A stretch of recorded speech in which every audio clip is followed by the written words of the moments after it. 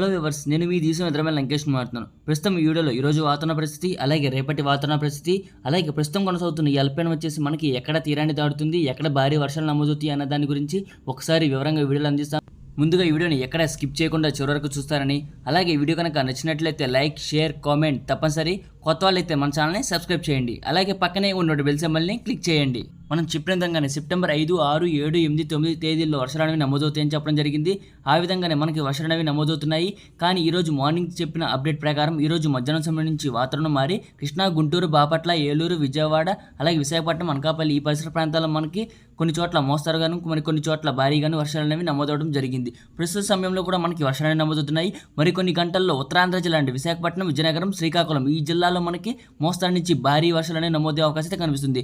ప్రస్తుతం కొనసాగుతున్న అల్పపీడనం విశాఖపట్నం, విజయనగరం దగ్గరగా కొనసాగుతుంది కాబట్టి ఈ అల్పపీడనం వాయుగుండంగాను, ఈ వాయుగుండం బలపడి ఇది ఒడిశా వైపుగా ప్రయాణించే అవకాశం అయితే కనిపిస్తుంది. కాబట్టి మనకి వర్షాల జోరు అనేది విశాఖపట్నం, విజయనగరం, శ్రీకాకుళం జిల్లాలో మనకి మరికొన్ని గంటల్లో భారీ నుంచి అతి భారీ వర్షాలు నమోదే అవకాశం అయితే ఉరుములు, మెరుపులు, పిడుగులతో నమోదే అవకాశం అయితే కనిపిస్తుంది. ఈ వర్షాలు ఈ రోజు, రేపు, అలాగే ఎల్లుండి కూడా నమోదే అవకాశం అయితే కనిపిస్తుంది. ఈ వర్షాలు ఎక్కడెక్కడ నమోదవుతాయి అన్న దాని గురించి ఒకసారి వివరంగా వీడియోలో అందిస్తాను. కృష్ణా, గుంటూరు, విజయవాడ, బాపట్ల, ప్రకాశం, ఏలూరు, పశ్చిమ గోదావరి, తూర్పు గోదావరి, కోనసీమ ఈ జిల్లాల్లో మరికొన్ని భాగాల్లో మోస్తరు వర్షాలు, 1-2 చోట్ల భారీ వర్షాలను నమోదే అవకాశం అయితే ప్రస్తుత వాతావరణంలో కనిపిస్తుంది. అలాగే ప్రస్తుతం ఈరోజు రాత్రి నుంచి ఉత్తరాంధ్ర జిల్లాలో వర్షాలు అనేవి తప్పకుండా నమోదే అవకాశం అయితే కనిపిస్తుంది. విశాఖపట్నం, విజయనగరం, శ్రీకాకుళం జిల్లాలో మనకి భారీ నుంచి అతి భారీ వర్షాలు నమోదే అవకాశం అయితే పూర్తిగా కనిపిస్తుంది.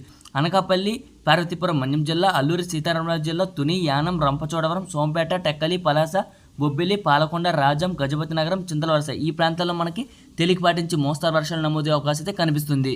ఖమ్మం, భద్రాద్రి కొత్తగూడెం, మలుగు, నల్గొండ, అనంతపురం, వరంగల్ ఈ జిల్లాలో కూడా మనకి మోస్తరు నుంచి భారీ వర్షాలు నమోదే అవకాశం అయితే కనిపిస్తుంది.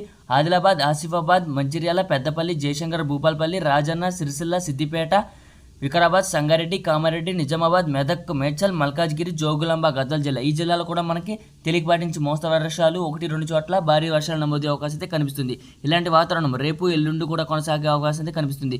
వర్షాలు తప్పకుండా నమోదే అవకాశం అయితే కనిపిస్తుంది. ఎండల తీవ్రత తగ్గుముఖం పట్టినా మరలా రేపటి నుంచి వర్షాలు అనేవి తప్పకుండా నమోదే అవకాశం అయితే పూర్తిగా కనిపిస్తుంది.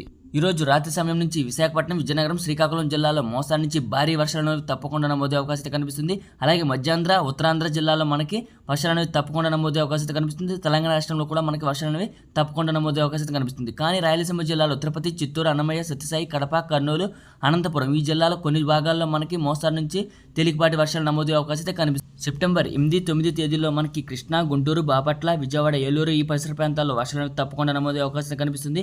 అలాగే ఉత్తరాంధ్ర జిల్లాలో మనకి విశాఖపట్నం, విజయనగరం, శ్రీకాకుళం ఈ పరిసర ప్రాంతాల్లో మనకి వర్షాలు అనేవి 100% నమోదే అవకాశం అయితే పూర్తిగా కనిపిస్తుంది. ఎందుకంటే ఇది అల్పపీడనం వాయుగుండంగా మారి ఈ వాయుగుండం ఒడిశా వైపుగా ప్రయాణిస్తుంది కాబట్టి మనకి వర్షాలు అనేది తప్పకుండా నమోదే అవకాశం అయితే ఉత్తరాంధ్ర జిల్లాలో నమోదే అవకాశం అయితే పూర్తిగా కనిపిస్తుంది.